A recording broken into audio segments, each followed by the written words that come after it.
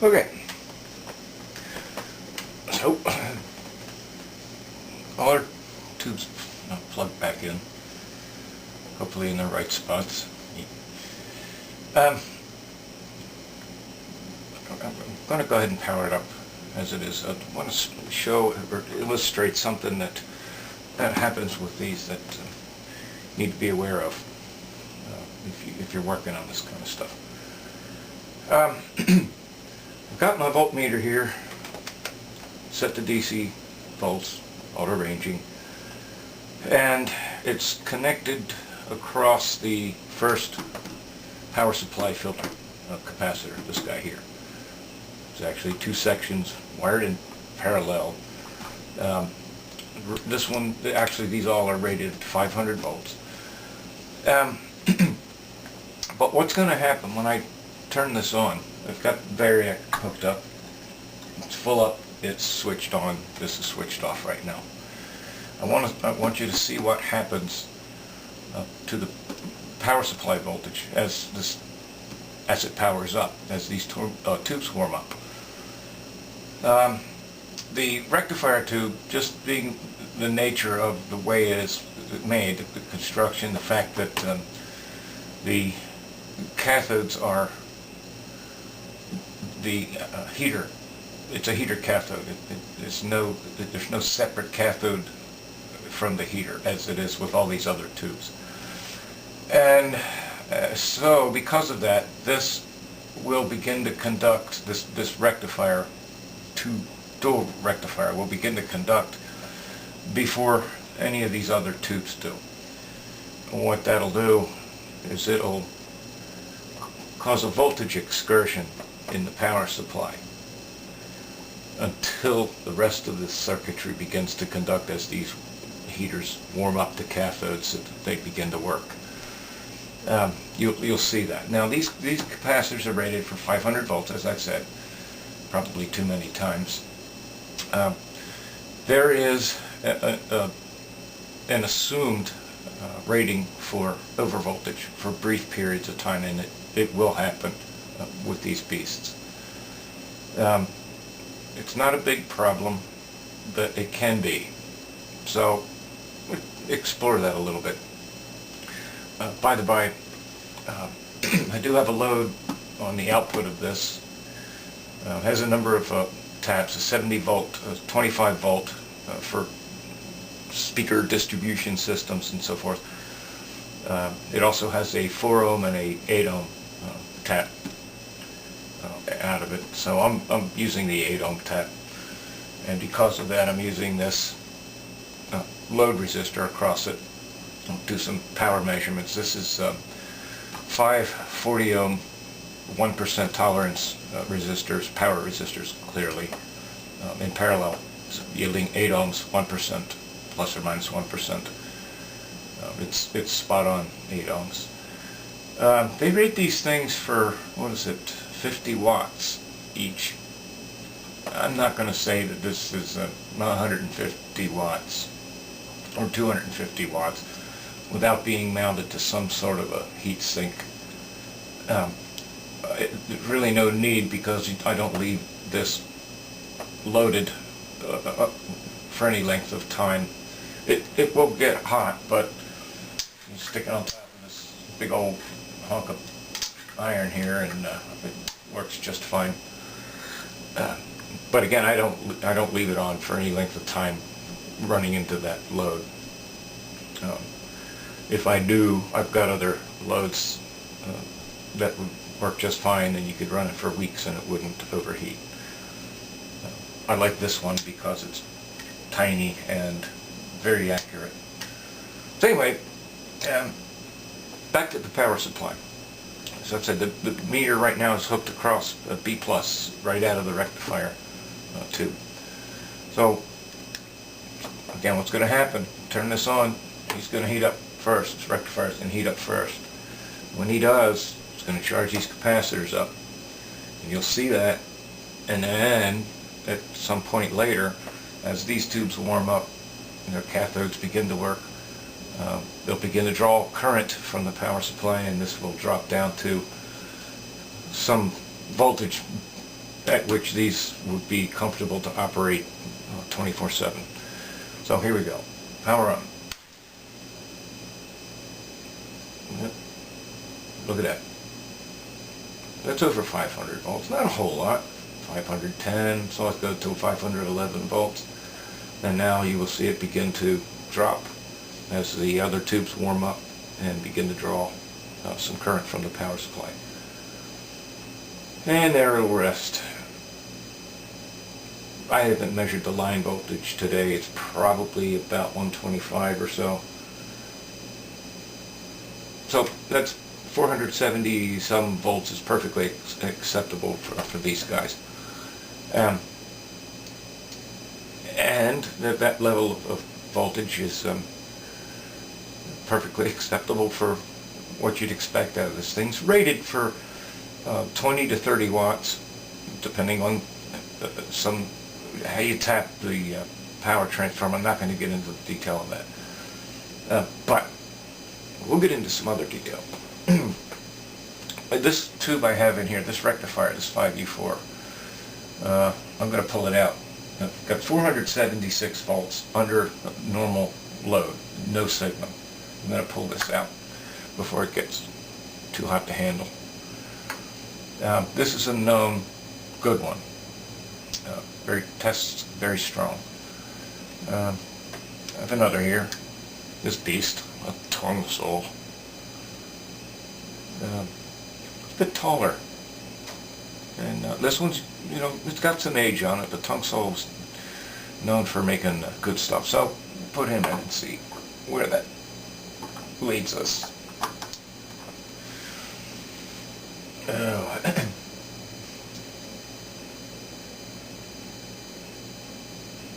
So it may be showing its age a little bit.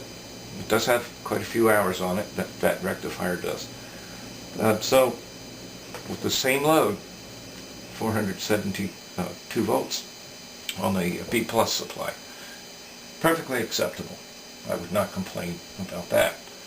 I would not replace that too because of that slight difference between this, which is essentially new, and this one, which is aged. 473 volts, nope, no complaint at all.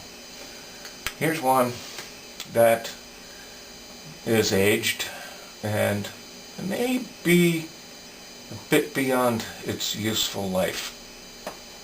Indeed has dust, dirt on it. So anyway, we'll put him in and see where he goes. Okay, looks like 457 volts. That would work. Trouble is, the power supply is collapsing a little bit just because of the load that's already on it.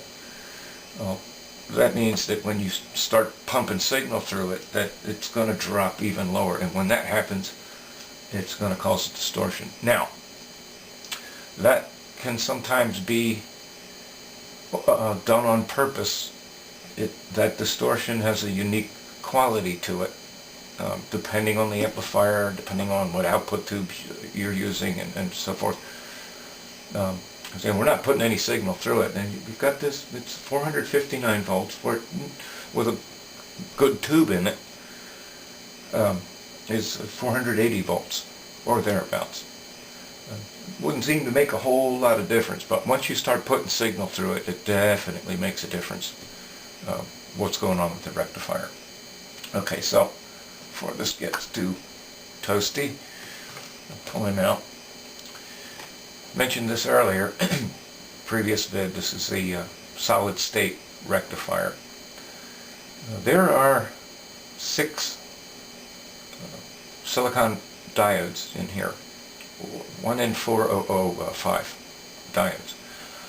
I will, time allowing, I will get into what's in here and why it is the way it is.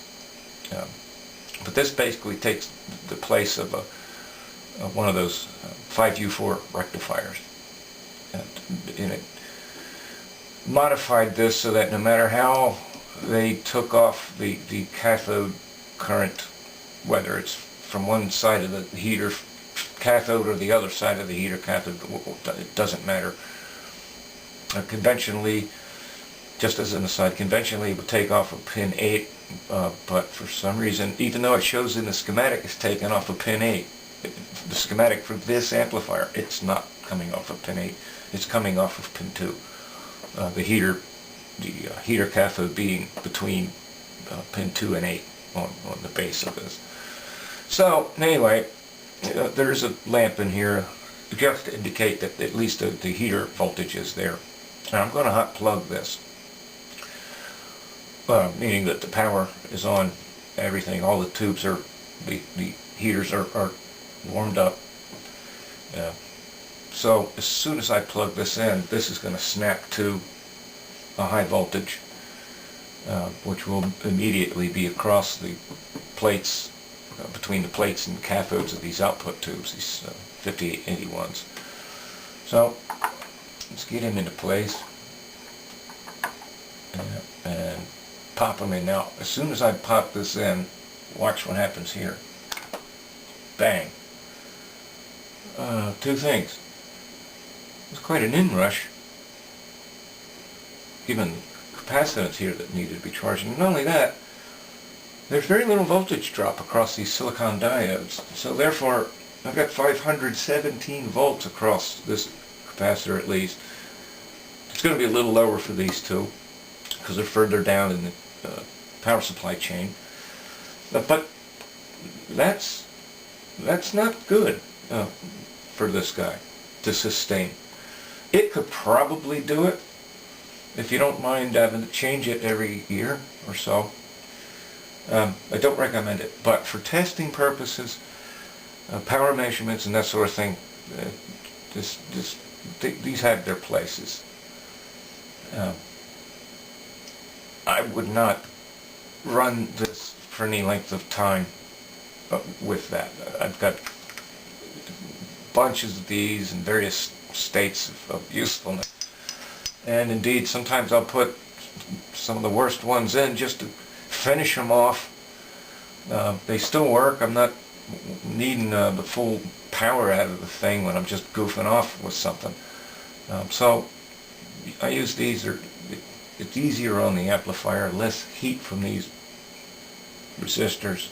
And this one, boy, this one gets plenty hot. That's a 10K resistor that's involved with lifting the heater voltages above the cathode voltages, reducing hum, and also actually can extend the life of the tube some. So anyway, I'm going to pull this solid state rectifier out and put in a known strong 5U4 tube rectifier. And while I do that, I'm going to move the multimeter here from measuring the B plus voltage to measure the speaker output. Now, as I mentioned, this 8 ohm load resistor takes the place of the speaker now, and the meters, the voltmeter is essentially hooked across this, just at a different spot down here, as is the oscilloscope. And we'll flip this to read AC volts. I've already got my generator on. There's frequency counter. It's well, call it 1 kilohertz. I do want to push this kind of out of the way because that's got 400 and some odd volts on it. Don't want to touch, at least while I'm holding something else here. I mean, I can stay put. Alright, so the scope looks like a nice straight line, no signal coming out of the amp. Signal going in, but the volume's turned down. I've got it connected into aux1 input. It really doesn't matter which input you choose. Just for convenience, I'm using auxiliary 1. So pull up the volume of that a little bit. You can see signal begin to come through. Now, you may be able to hear it. There are no speakers hooked up, connected to this at all. Anything you're hearing is coming from the output transformer. Not at all unusual when you're feeding a dry resistor load. So I'm going to crank this up all the way. Now, too much, there's severe clipping. That's what that looks like. You see, it's pretty square weight with some crossover distortion. But I'm going to back it down just before it begins to clip. There's clipping. So just before it clips, either on the top up here or down here on the bottom, I see no clipping or beginning to flatten. And make a note of the voltage here. 14.78 volts. Well, let's see. Square that, divide it by 8, which is the load resistance. That's probably about 30 watts. I'd have to get my calculator. I'm not going to do this off the top of my head. Alright, I can tell you that if this were reading 17 volts, that would be 36 watts output of continuous power. So it's kind of tricky. If you get it to clipping a little bit, which for guitar use or harp use, things like that, you probably would. With this rectifier, these output tubes, into an 8 ohm load, it looks like you're getting about 32 watts out of it. So, we'll back off on that.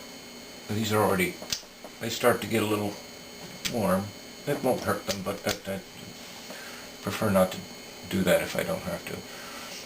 So, that's with this nice strong 5U4 rectifier.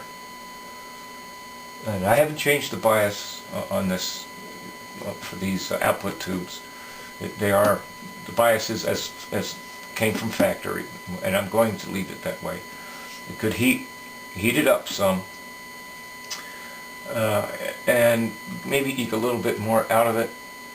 It changes the tone, the response a little bit, but most of it is going to have to do with this, what you're able to get out of it clean power-wise, without much distortion, clipping, is going to have to do with this rectifier. Now, keep in mind, with this rectifier, most I can get without really noticeable clipping or distortion, well, let's call it 14.5 volts from its current configuration, without changing anything else. I'm just going to hot pull this, and I'm going to plug in one I know is very weak. I'm going to set this here because it's quite hot. You might notice a couple of things without changing anything but that rectifier. Well, the power level currently being output, there's a lot of distortion here. It's clipping already. It's only putting out 12.3 volts into the load, 8 ohm load. If I crank this down to where there's little distortion, in other words, before the power supply begins to collapse because of this weak rectifier, 8.4 volts into 8 ohms, that's very little power. Crank it up, it's just awful. Even full clipping with something that almost approximates a square wave, it's only putting out 14 volts. Something's getting hot because it's climbing. So, we don't waste a whole lot of time with that. And for whatever reason, even though this is kind of in sad shape, it gets quite a bit hotter. Maybe it's because the voltage drop across it is higher, so it's dissipating more watts, probably. Well, really quite hot. How's he doing? Ooh, still pretty hot. the solid state rectifier. I'm going to pull it. I'm going to hot plug it into here, and watch what happens. Instant on. Of course, all these other tubes are warmed up. Going to crank this up to the point where it begins to clip, which is right there. 17.5 volts. So this is putting out right now more than 36 watts continuously, RMS, without any noticeable distortion. And of course you can drive the thing to clipping, about what you'd expect. Pretty clean square wave actually. See some crossover distortion in here where it's flipping between these two. At this point the control grids are probably drawing some current, and that's why you would see these. I don't know if it shows up on here or not, but a little anomalous stuff in here. But getting back to a nice clean sine wave, over 17 volts, it's over 36 watts. Turn this down. The resistors are getting a little warm up here. And excuse me, I've got the bass and treble control set to the midpoint. They are boost and cut. Looking at it more closely and taking some measurements. For this purposes, I just leave them centered. Trust me, they do work. There's nothing mysterious about those or their circuit. As far as the response goes, frequency response to this amplifier goes, do a quick look at that. I'm not going to mess with the bass and treble controls, the tone controls. And by the by, the tubes I have in here are basically, well, crap. I have the ones I have in here because this is of an unknown brand. These two are not horrible quality. They're branded Realistic from Radio Shack, if some of you may recall that branded. Made in Japan. God knows what the actual manufacturers is. Who knows? Doesn't matter. But I'm not going to burn up my mullards and so forth and stuff like this. This one up front, which I have in here, is because I do plug in my guitar from time to time and use this as a practice amp. Is a Mullard, Great Britain made Mullard. Not the best example I've seen, but nice quiet tube. Tone quality, I couldn't tell you. My hearing is shot, so who knows. But it should last a long time. These two output tubes are Sovtek, Russian made. People complain and make fun of those things, but they're dirt cheap. I can get a carton of those for what it costs for one of these tongue saws that I'll use. And they're coin based. And as you can see, even with this solid state rectifier running at high voltage over 500 volts, I can touch these. The way they're biased, and these have some age on them, but not a whole lot. They're burned in, to say the least, but they're not. They hold up pretty well for the cost. Anybody that's thinking about retubing, you want to do it on a budget, Sovtek's, man. They won't let you down. They will burn you if you're not careful.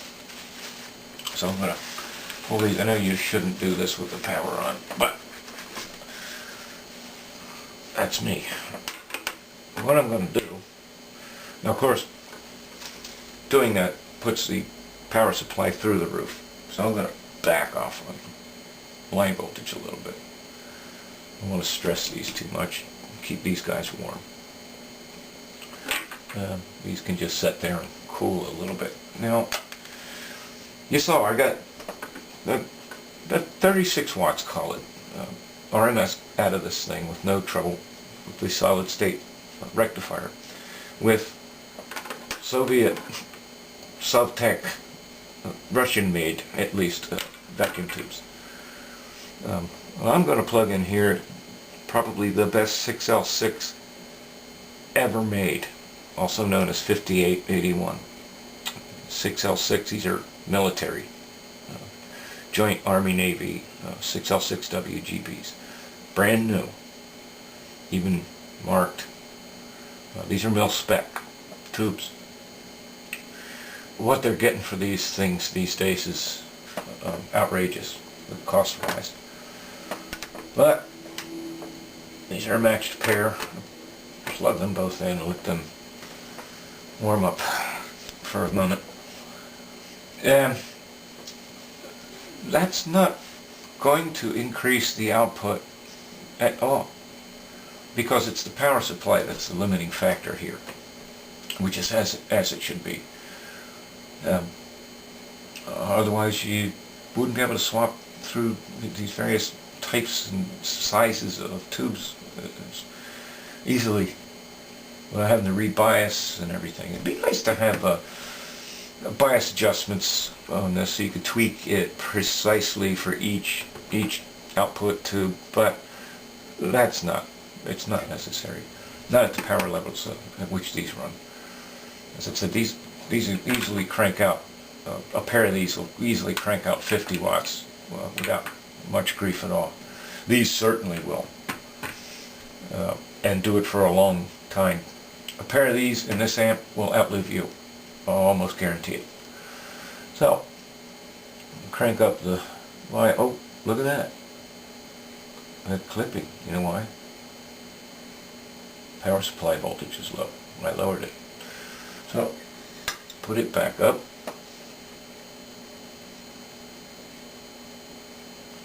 Won't take a moment to warm up the tubes.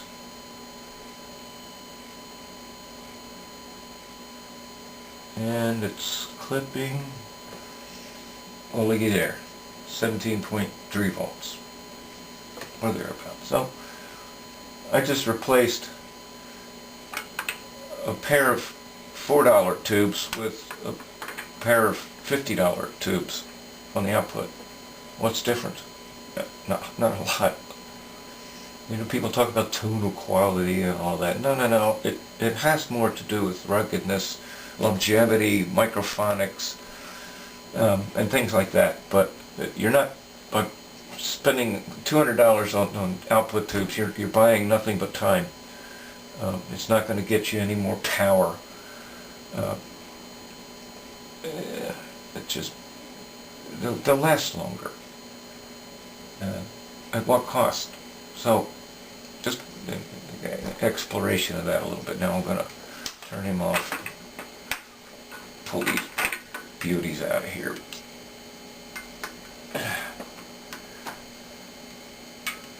And back in with the Rusky tubes.